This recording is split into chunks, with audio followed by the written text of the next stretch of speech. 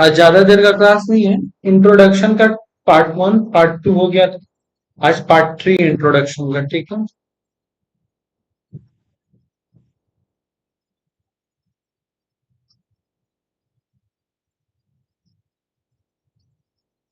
आज हम लोग को मेनली पढ़ना है टाइप्स ऑफ कंपनी। किसी का सेक्शन उक्शन नहीं पढ़ना है। सेक्शन हम लोग जब सेक्शन टू पढ़ेंगे तो सारा आएगा, लेकिन आज ना हम लोग को सारा कंपनी के बारे में जान लेना है, एक एक करके, ठीक है। जैसे कि सबसे पहला जो कंपनी आता है ना, वो है हम लोग का private company.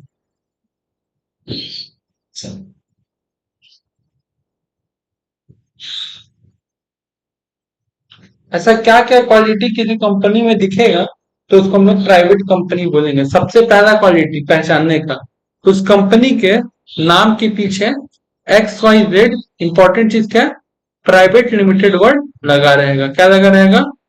Private limited word, यानी कि वो प्राइवेट कंपनी। जब उस कंपनी का हम लोग सीन नंबर देखेंगे, क्या देखेंगे? सीन। तो 21 डिजिट का होता है, हम लोग के बात पता है।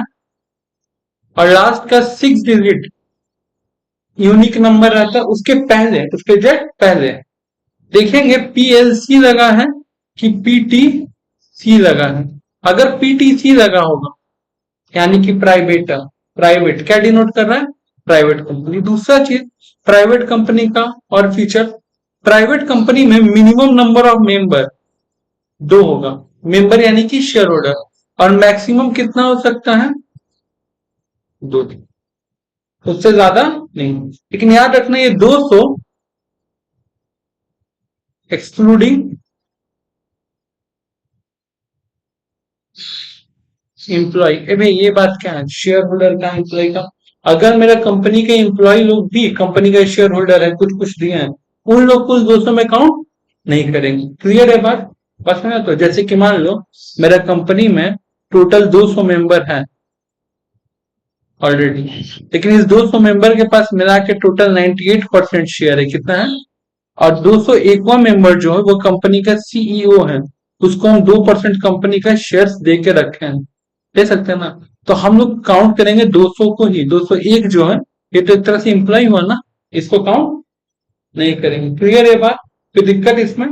तो सबसे पहले कंपनी क्या आता है? प्राइवेट। क्या क्या चीज है उसका फीचर में? नाम के पीछे प्राइवेट वर्ड लगा रहेगा। सीन नंबर में भी देखेंगे PLC लगा है कि PTC लगा है। मिनिमम दो, मैक्सिमम 200। कोई दिक्कत नहीं है।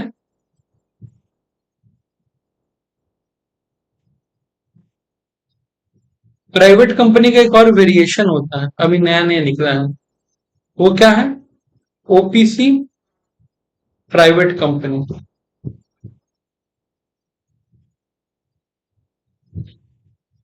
इसका पहचानने का क्या तरीका है? पहचानने का इसका सबसे पहला तरीका, किसके भी नाम के पीछे क्या लगा होगा? OPC private limited. OPC से क्या डिनोट होता है? 1%। और ये 1% तीन चीज इंडिकेट करता है और किसी कंपनी में नहीं इंडिकेट करता। पहला, 1% का मतलब हो गया मेंबर। कितना मेंबर रहेगा? मिनिमम एक, मैक्सिमम एक। एक से ज्यादा हो ही नहीं सकता। दूसरा, इस वन का मतलब क्या होता है?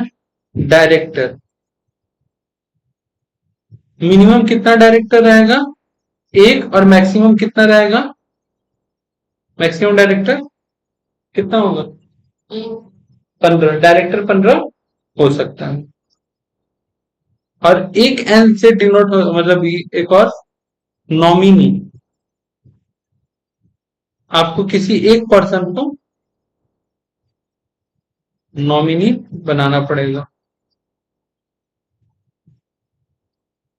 एक नॉमिनी। तो जब हम लोग किसी कंपनी का नाम के पीछे OPC पढ़ेंगे तो उससे तीन चीज क्लियर हो जाएगा कि इसमें मेंबर एक से ज्यादा नहीं होगा, डायरेक्टर भले 1 से 15 हो सकता है, और एक नॉमिनी तो पक्का होगा। इतना बात क्लियर? इसके अलावा याद रखना, दुनिया का ऐसा कोई कंपनी नहीं है जिसमें डायरेक्टर कौन हो? Artificial person. क्या हो? Artificial person. ऐसा कोई कंपनी नहीं है। तो जाहिर सी बात है ओपीसी में भी कोई आर्टिफिशियल पर्सन डायरेक्टर नहीं बन सकता। तो क्या होगा? नेचुरल पर्सन डायरेक्टर बन सकता है। दुनिया का हर कंपनी में नेचुरल पर्सन।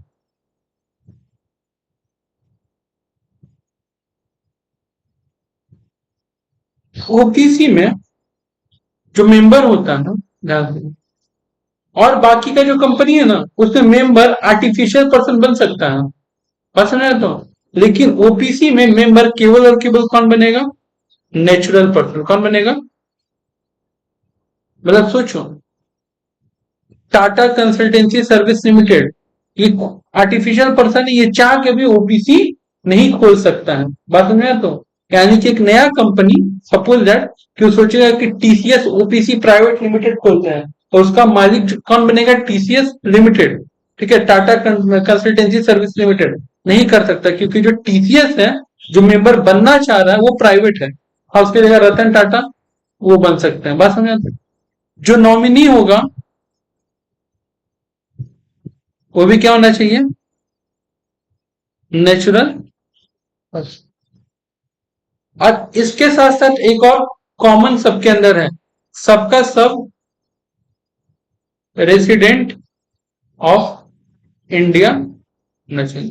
तब देखो, मेंबर एक है तो रेसिडेंट ऑफ इंडिया होना चाहिए, नॉमिनी एक है तो रेसिडेंट ऑफ इंडिया होना चाहिए। ठीक है, अब जो डायरेक्टर 1 से 15 है, तो जरूरी नहीं कि 15 डायरेक्टर क्या हो? रेसिडेंट। इन एटलीस्ट एक डायरेक्टर तो आपको रेसिडेंट ऑफ इंडिया चाहिए। तो अभी तक दो तरह की कंपनी देखे हमें, प्राइवेट और ओपीसी। अब तीसरा कंपनी हम लोग का क्या है?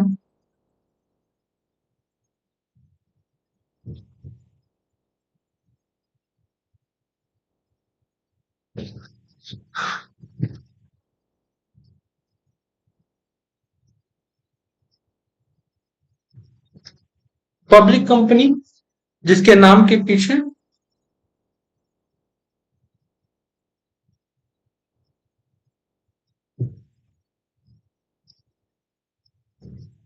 प्राइवेट वर्ड नहीं लिखा हो। हम अभी क्या बोले? टाटा कंसल्टेंसी सर्विस लिमिटेड, यानी कि इसमें प्राइवेट वर्ड नहीं है। बात सुना तो, एक और फीचर, जो भी कंपनी पब्लिक रहता है उसका शेयर, उसका शेयर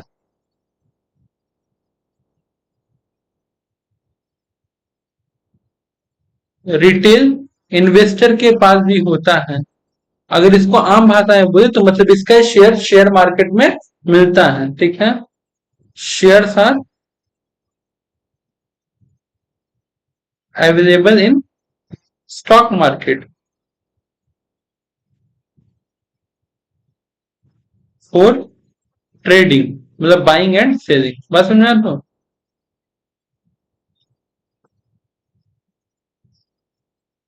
इन प्राइवेट कंपनी का शेयर शेयर मार्केट में अवेलेबल नहीं होता है। क्लियर है बात? इसमें मिनिमम नंबर ऑफ मेंबर कितना चाहिए? 3। और मैक्सिमम कितना होना चाहिए मेंबर? अनलिमिटेड। 7। सॉरी, हाँ, यहाँ मेरे बच्चे, director 3। Minimum number of member 7 चाहिए, सॉरी। और मैक्सिमम नंबर जो है वो अनलिमिटेड होना चाहिए। ये किसका बात हो रहा है? मेंबर का।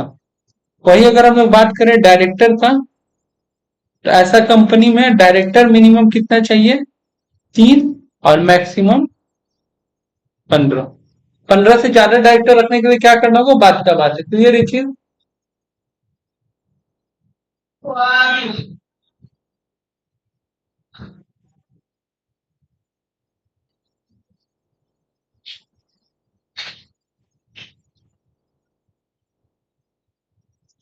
फॉरेन कंपनी, फॉरेन कंपनी किसको बोलते हैं? ठीक है, ध्यान से सुनना।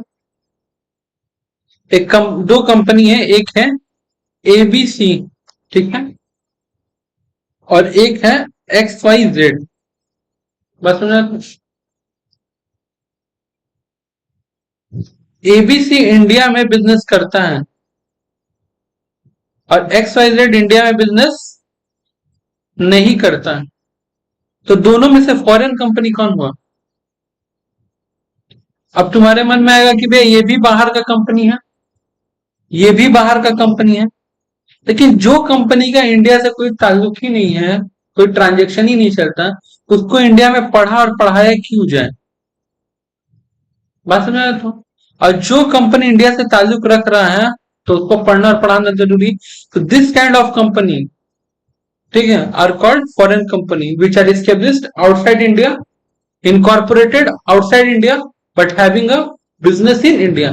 हैविंग बिजनेस, क्या इस वर्ड का मतलब है?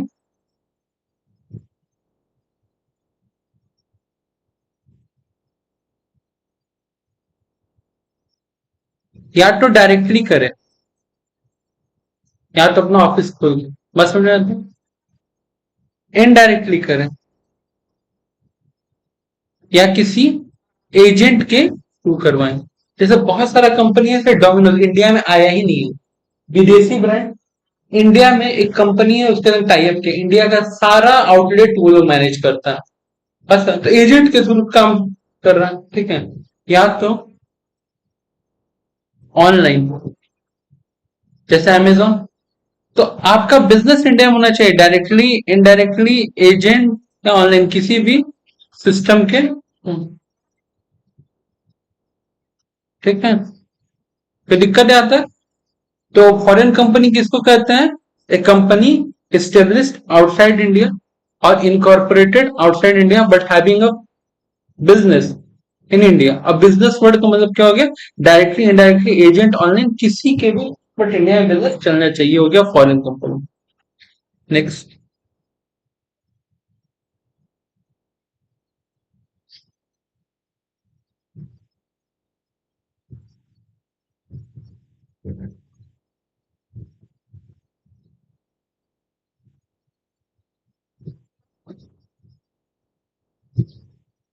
सेक्शन 8 कंपनी, ठीक है। इसका सेक्शन 80 है, जिसको हम लोग चैरिटेबल कंपनी कहते हैं। क्या कहते हैं? वो कंपनी जो सोशल पर्पस के लिए, ठीक है, स्टेब्लिश्ड हुआ हो। पता है? जैसे सलमान खान का ब्रांड है बीइंग ह्यूमन। ये ब्रांड क्या क्या बनाता है? कपड़ा बनाता है, साथ ही साथ जिम इक्विपमेंट्स बनाता है, साथ ही साथ इसका साइकिल भी है। लेकिन इस सबसे जो भी जनरेटेड प्रॉफिट है वो एक पर्टिकुलरली सोशल पर्पस के लिए यूटिलाइज हो रहा है, बस ना। और ऐसा सब कंपनी जो सेक्शन 8 चैरिटेबल कंपनी है, इसके इसके नाम के पीछे ना ही प्राइवेट वर्ड रहता है, ना ही प्राइवेट, सॉरी, ना ही प्राइवेट लिमिटेड रहता है,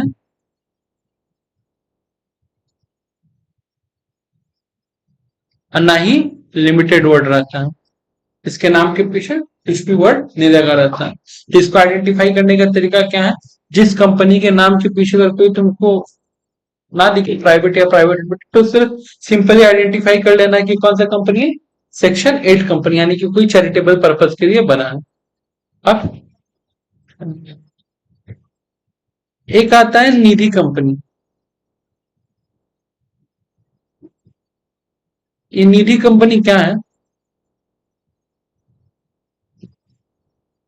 इसका भी ऑब्जेक्टिव जो है ना, कुछ हद तक सोशल है, कुछ हद तक।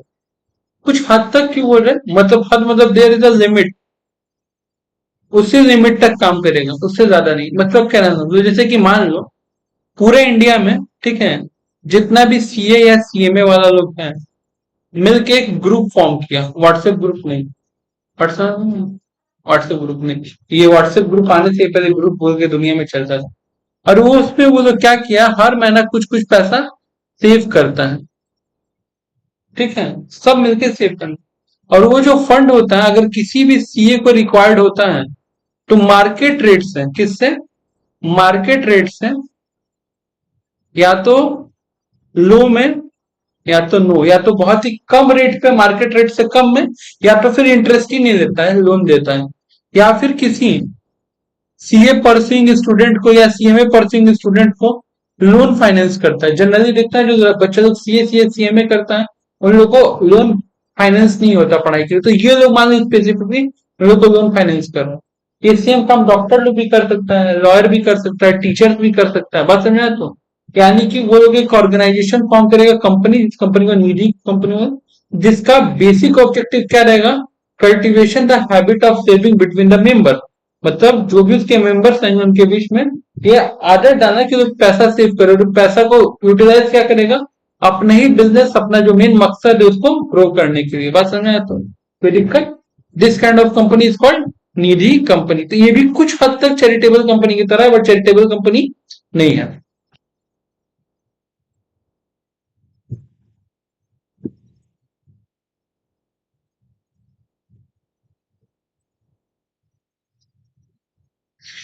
7 नंबर,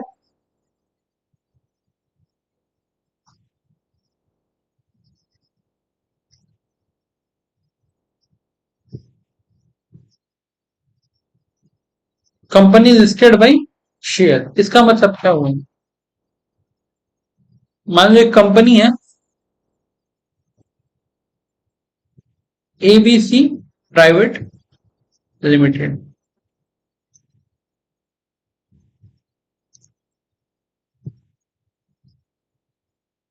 उसमें टोटल 2 मेंबर है। कितना मेंबर है? और कंपनी के पास टोटल 1000 शेयर है। एक मेंबर के पास 600 शेयर है, ठीक है, और दूसरे मेंबर के पास 400 शेयर। क्लियर है? एक शेयर का प्राइस कितना है? 10 रुपए। यानी कि 6,000 रुपए दे के रखा है, और ये 4,000 रुपए इन लोग को दे देना चाहिए, ठीक है। कंपनी 10-10 रुपए शेयर पे मांग के रखा, तो इसको हम लोग प्यार से जानते हैं, कॉल्ड अप, क्या कहते हैं।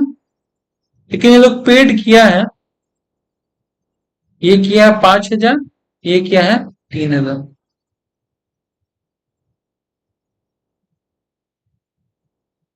तो कॉल सिनेरियर कितना हो जाएगा बाबू? 1-1 हजार। कोई दिक्कत इसमें? और कंपनी अचानक से डूब गया, लॉस में चला गया, और कंपनी को लॉस हुआ है, सपोज करो 2,000 रुपए का, हम अमाउंट सिंपल रख देते मैच।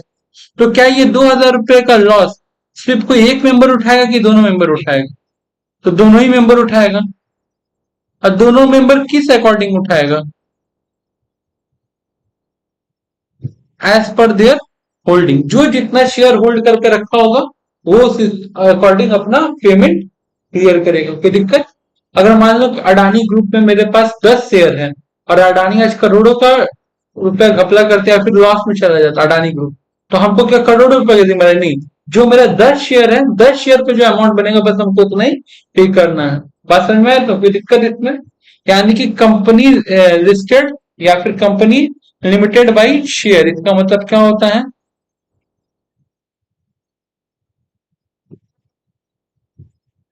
कि जो शेयर्स है, उस जो कंपनी है उसका लाइबिलिटी लिमिटेड है आपके शेयर तक, उससे ज्यादा। क्लियर है ये बात? कोई दिक्कत? मुस्कान, नहीं क्लियर है? क्लियर है ना? एक आता है company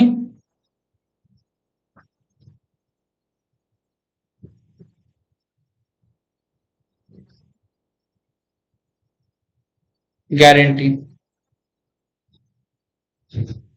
company limited by guarantee का मतलब क्या हुआ? एक ऐसा कंपनी जिसका एक मेंबर है, जिसके पास कितना शेयर ये मैटर नहीं करता है, शेयर कितना ये मैटर।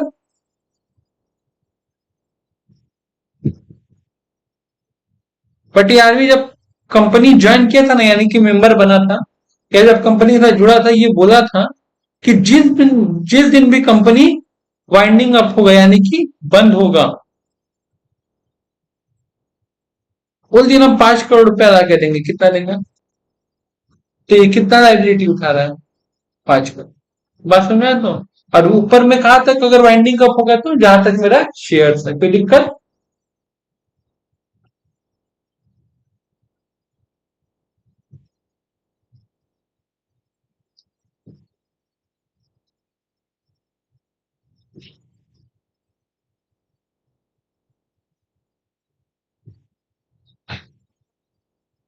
ये है हम लोग का डॉर्मेंट कंपनी। क्या है डॉर्मेंट का मतलब होता है स्लीपिंग, सोया हुआ कंपनी। ठीक है, आप एक एग्जांपल सुनना।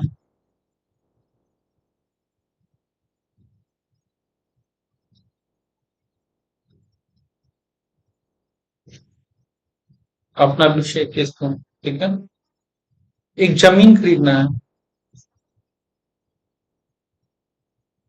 और वहां पे लगाना है फैक्ट्री। क्या लगाना है?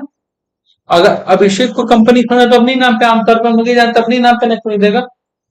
ठीक है, और अभिषेक कौन है? एक नेचुरल पर्सन है, और नेचुरल पर्सन के पास राइट है ही ना एसेट्स बाई और सेल करने का। तो जब ये खरीदने गया तो पता चला कि इसको ना रजिस्ट्री फी देना पड़ेगा। क्या देना पड़ेगा? कंपनी रजिस्ट्री लगता है ना, stamp duty. Stamp duty value इसको पता चल रहा 8 से 12% के करीब करीब पड़ेगा। और ये कमर्शियल प्रॉपर्टी है, तब तो इसको और 12% देना पड़ेगा। समझ आया? तो तभी अभिषेक का मुलाकात हमसे हुआ। अभिषेक बोला भैया चले यहाँ दिखाते, जमीन है तो फैक्ट्री लगाएंगे, 1 करोड़ का जमीन है। ठीक है, अब दिक्कत 1 करोड़ रुपए का नहीं है, दिक्कत कुछ और हो गया। मतलब क्या दिक्कत हो गया? मतलब दिक्कत ये हो गया ना कि 12% नहीं, यानी कि 1 करोड़ का 12%, 12 लाख रुपए अलग से कहाँ को दे हम, कहाँ से लाए? रजिस्ट्री पे छूट, मतलब बहुत मुश्किल से 1 करोड़ रुपया व्यवस्था किए हैं। हमें तो ठीक है, क्या दिक्कत है? एक काम करे अभिषेक, अपने नाम पे एक कंपनी ओपन कर। बोला हाँ भैया, बाद में तो कंपनी ओपन करना है, लेकिन आप जानते हैं ना भैया, अभी कंपनी ओपन नहीं करे। कंपनी ओपन करेंगे, अभी फैक्ट्री सेट करेंगे, लेकिन सारा नियम कानून तो फॉलो करना पड़ेगा। कंपनी लॉ में भैया आपको तो पता ही है, आप ही पढ़ाए हैं, 460 सेक्शन, सारा का सारा सेक्शन बैठ के फॉलो करना पड़ेगा। अरे बे पागल, तो डॉर्मेंट क्लास वाला एब्सेंट किया था क्या? ये डॉर्मेंट क्या होता है मतलब बताते हैं। कंपनी पहले फॉर्म फॉर्म कर, और एक MSc 1 फॉर्म भर। क्या भरना? MSc 1। लेकिन इसको भरने से पहले तुमको एक बार पता होना चाहिए अभिषेक, कि अगर तुम अपने नाम पे एक कंपनी ओपन करता है, ठीक है, अभी मान लो कंस्ट्रक्शन प्राइवेट लिमिटेड, और तुम एक स्टार्टअप कंपनी का है, तो गवर्नमेंट ना तुम्हारा रजिस्ट्री फी 2% लेगा। कितना लेगा? 2%। एग्जाम्पल दे रहे हैं, ज्यादा कम। 2%, मतलब ये तो बहुत अच्छा हो गया। मतलब 1 करोड़ का 2% भाई 2 लाख रुपए देना है। कहाँ हमको 12 लाख देना पड़ा था, कहाँ 2 लाख रुपए देना पड़ा। हम मतलब कंपनी खुलवाने में जो खर्चा लगेगा वो लगेगा। ठीक है, तो अभिषेक कंस्ट्रक्शन प्राइवेट लिमिटेड के नाम से कंपनी खोल, जमीन एक्वायर कर ले, जितना एसेट्स खरीदना है, प्लांट एंड मशीनरी वगैरह खरीदना है, वो भी खरीदने। और खरीदने के तुरंत बाद एक फॉर्म भर MSc 1, miscellaneous company form number 1। ये जैसे ही भरेगा तुमको MSc 2 में डॉर्मेंट का टाइटल मिल जाएगा कि तुम्हारी जो कंपनी है वो फिलहाल क्या है? Dormant company. मतलब कंपनी है, कंपनी के नाम पे प्रॉपर्टीज और एसेट्स भी है, बट फिलहाल वो कंपनी सोया है। एक बार कंपनी स्टेब्लिश हो जाएगा तब काम करना स्टार्ट करेगा। कोई दिक्कत इसमें? तो फिर ये बेचारे को ये 460 सेक्शन का टेंशन नहीं ना आएगा। और दूसरा जो टेंशन तो अभी आ गया कि भैया हम तो नेचुरल पर्सन है, हम तो कंपनी खरीद सकते हैं। आर्टिफिशियल पर्सन, वो भी सोया हुआ, ये क्या कंसेप्ट है? जितना पावर हमारे पास है वो सेम पावर आर्टिफिशियल पर्सन के पास भी है। अगर हम लोग केस कर सकते हैं तो वो भी केस कर सकता है, हम लोग पे केस हो सकता है तो उस पे भी। हम लोग प्रॉपर्टी खरीद सकते हो, वो भी प्रॉपर्टी खरीद सकता है। हम प्रॉपर्टी बेच सकते हो, वो भी बेच सकता है। हम सिग्नेचर कर सकते हो, वो भी सिग्नेचर कर सकता है। सारा चीज तो है, कॉमन चीज है या ना? तो बिल्कुल दिक्कत क्या बात नहीं है। This concept is called dormant company, कि अगर आपको एसेट्स एक्वायर करना है, ठीक है, किसी भी रीजन से आपको लग रहा है कि अगर कंपनी के नाम पे करेंगे तो ज्यादा बेटर होगा, तो एक बार आप पहले कंपनी फॉर्म करो, सारा एसेट्स एक्वायर करो, उसके बाद आराम से बस है, उसको डॉर्मेंट का टाइटल दिलवा दो। कोई दिक्कत यहाँ तक?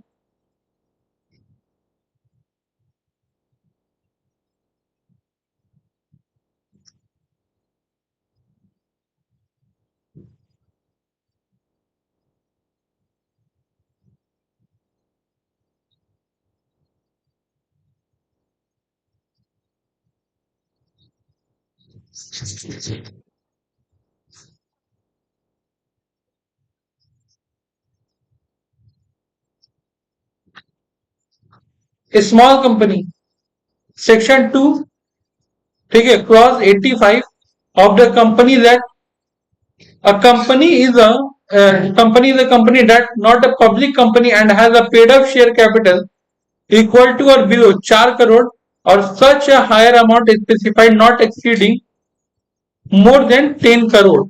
क्या बोलो?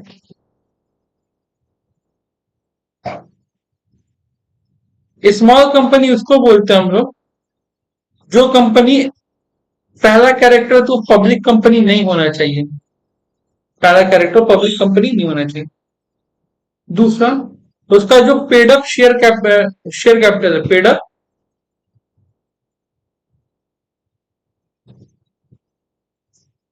वो 4 करोड़ से ज्यादा।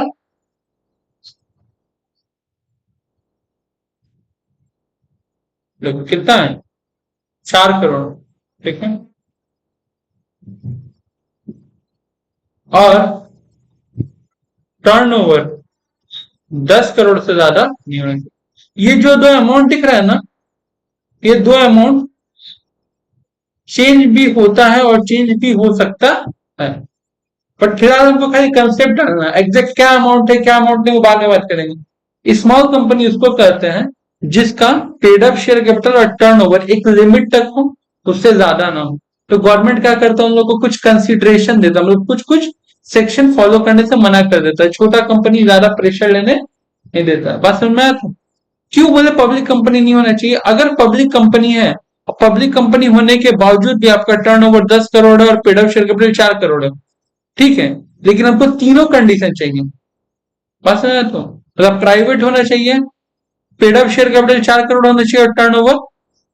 तो हम लोग ऐसा कर सकते हैं ना कि to be a small company you should B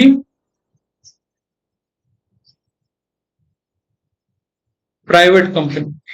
अगर आपको स्मॉल कंपनी बन के रहना है तो आपको प्राइवेट कंपनी बने रहना पड़ेगा, हाँ या ना? कि पब्लिक कंपनी तो बन ही नहीं सकता। ठीक है।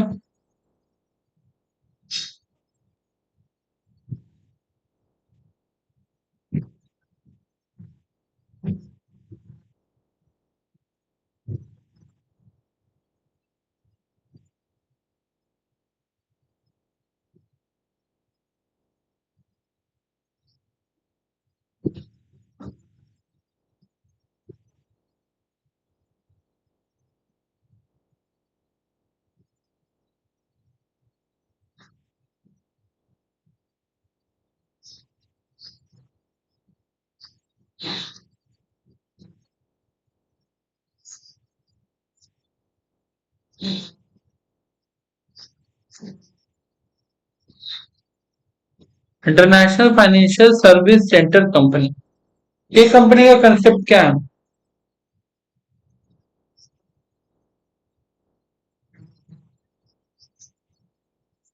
गुजरात के गांधीनगर में जो कोई भी कंपनी खुलता है, वो कंपनी को हम लोग किस नाम से जानते हैं? IFSC company. वो प्राइवेट भी हो सकता है, पब्लिक भी हो सकता है, उसमें कोई दिक्कत का बात नहीं है। बात समझ में आपको? अच्छा भैया, इस कंपनी को स्पेशली गांधीनगर और गुजरात इससे क्यों डिनोट करे वो भी बताएंगे। पहले तो समझो कि अगर मान लो एक यूएसए का बंदा है, उसको इंडिया में पैसा इन्वेस्ट करना है, तो कहाँ आके इन्वेस्ट करेगा? किसके पास? इंडिया इंडिया इतना बड़ा कंट्री, कहाँ जाएगा? तो हम लोग एक तो आईएफएससी सेंटर खोले हैं जहां से फॉरेनर फॉरेनर इन्वेस्टर, ठीक है,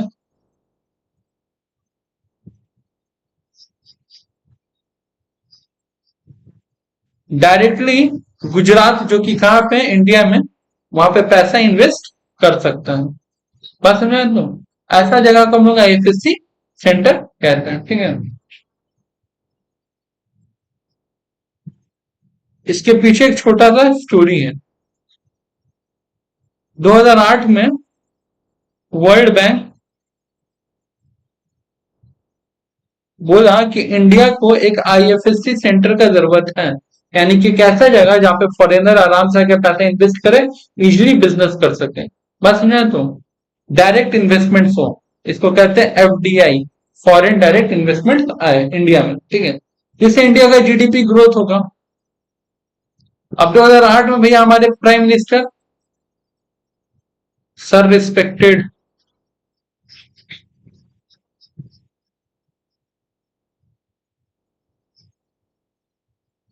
दिल से इज्जत है, ग्रेट स्कॉलर ऑफ इकोनॉमिक्स, इतना अच्छा बुद्धि इकोनॉमिक्स का, लेकिन बेचारा आईएफएससी सेंटर डालना तो चाहता था। और वर्ल्ड बैंक यहाँ तक की जगह भी सेलेक्ट कर दिया था, मुंबई, क्योंकि तुम लोगों को पता होना चाहिए कि इंडिया का फाइनेंस कैपिटल मुंबई है। क्या है? फाइनेंस कैपिटल मुंबई है। जगह भी सेलेक्ट कर दिया था। सारा बड़ा बड़ा corporate houses, Tata houses, Reliance houses, सब कहा है? मुंबई में। जगह भी सेलेक्ट कर दिया था। हाँ, उस टाइम में ये बेचारे जिस पार्टी के थ्रू थे, वो पार्टी इनको अपोज किया कि नहीं, हमारा नेक्स्ट कैंडिडेट हमारे घर का लल्ला बनेगा। वो लल्ला बेचारा डिसाइड करेगा कि बनाना है कि नहीं बनाना। सब अच्छा काम आप कर दीजिएगा तो हमारा बाबा क्या करेगा? राहुल बाबा, बात समझ आए? तो ठीक है, लेकिन बीच में बेचारे एंट्री मार दी हमारे शेर सिंह, मोदी जी। जो कि इनके नाम का रिस्पेक्टेड नहीं लगे, इनका इज्जत नहीं करते, करते हैं, बहुत इज्जत है। ठीक है, मोदी जी बोला हम आईएफएससी कंपनी तो खोलेंगे, आईएफएससी सेंटर, लेकिन मुंबई में नहीं, गुजरात में। गुजरात में खोलने का एक फायदा भी, एक नुकसान भी। गुजरात में खोलने का फायदा ये हुआ कि गुजरात बहुत तेजी से ग्रो किया, जिसके चलते इंडिया भी ग्रो किया। देखिए, अगर वो मुंबई में खुलता तो और तेजी से इंडिया ग्रो करता। बात सुना तो कोई दिक्कत इसमें? तभी तो मोदी जी अमिताभ बच्चन को बुला के कहते रहे, कुछ दिन तो गुजारा गुजरात में, कहते थे ना। फिर दिक्कत। और बहुत हद तक ये गांधीनगर आइडिया इनिशियल स्टेज को, अभी तो सक्सेसफुल हो गया है, स्टार्टिंग में थोड़ा सा फेलियर नजर आ रहा था। बात समझ में आया तो? चलो ठीक हो, फिर दिक्कत आई एफएससी कंपनी।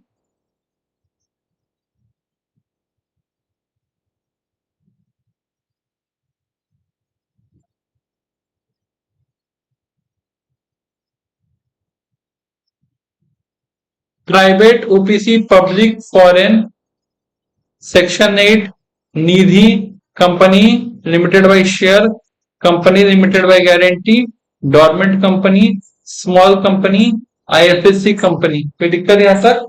सारा टाइप ऑफ कंपनी हो गया। कोई कंपनी छूटा है क्या?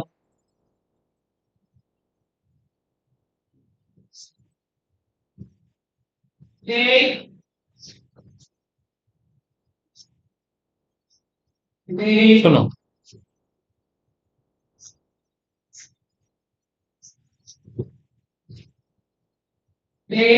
होल्डिंग कंपनी, एक कंपनी है एबीसी, इसको ऐसे याद रखो। नहीं नहीं, पढ़ा रहे थे इसके बाद।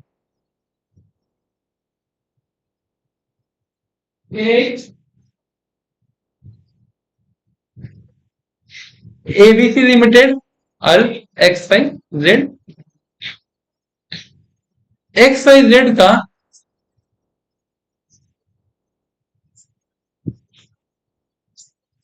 51% शेयर, कितना परसेंट शेयर? 51% शेयर किसके पास है? एबीसी के पास है। तो एबीसी क्या कहलाएगा? होल्डिंग। और ये क्या कहलाएगा? कोई दिक्कत? अब जरा ध्यान से सुनना। टीसीएस का, ठीक है, 60% शेयर, कितना percent? 60% share Tata and sons के पास है। Tata and sons. तो ये क्या हो गया मेरा? Holding company. और ये क्या हो गया? Subsidiary company. कोई दिक्कत है? अच्छा।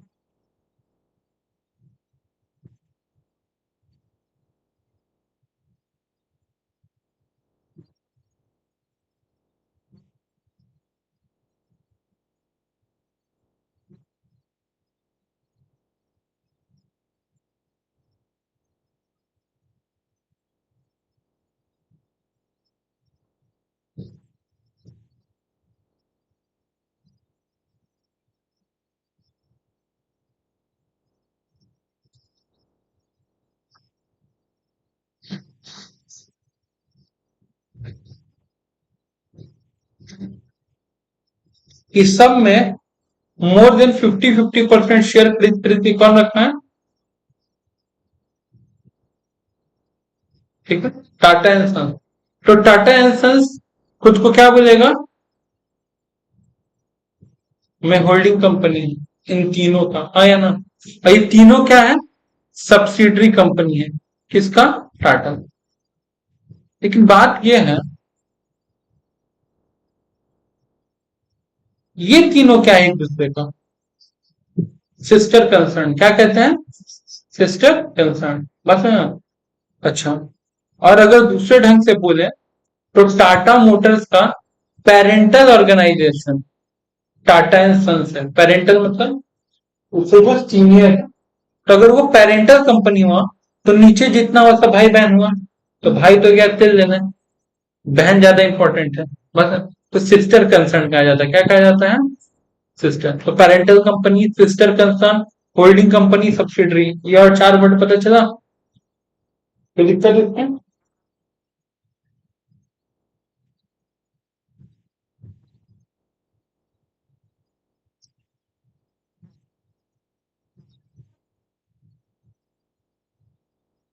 एसोसिएट कंपनी, जब एक कंपनी दूसरे कंपनी में 20% टू 40% मान लो, ठीक है, यानी 20% से तो ज्यादा है, लेकिन इतना भी ज्यादा नहीं है कि उसको हम लोग होल्डिंग और सब्सिडरी का रिश्ता दें, तब हम लोग कहते हैं एसोसिएट कंपनी। और 20% छोटा मोटा बात नहीं होता, 20% से क्या होता है,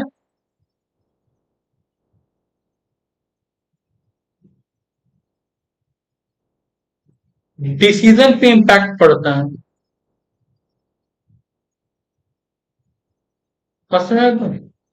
अब जैसे एग्जांपल समझो कि एबीसी का, ठीक है, 30% शेयर किसके पास है, अब 50 से ज्यादा भी नहीं, क्या मतलब क्या बोले, होल्डिंग सब्सिडरी, तो both are associate company of each and other.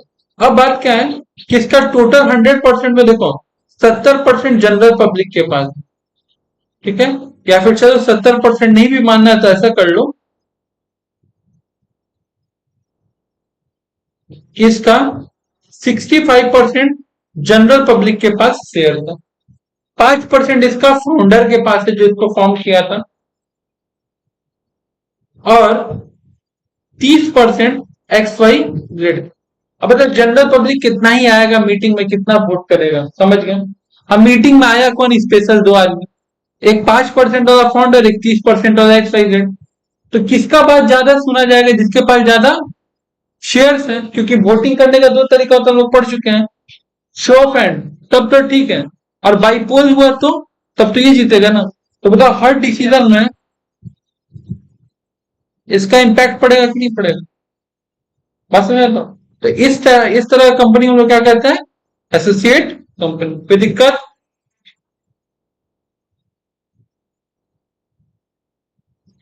Private, OPC, public, foreign company, section 8 company, Nidhi company, company listed by share या limited by share, company limited by guarantee,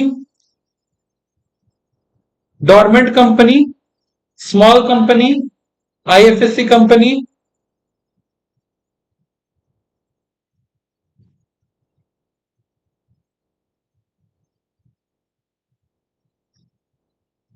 holding company, subsidiary company. Last कहां तक यहाँ पे हुआ था, 11। Holding हो गया हम लोग का 12, सब्सिडरी हो गया हम लोग का 13।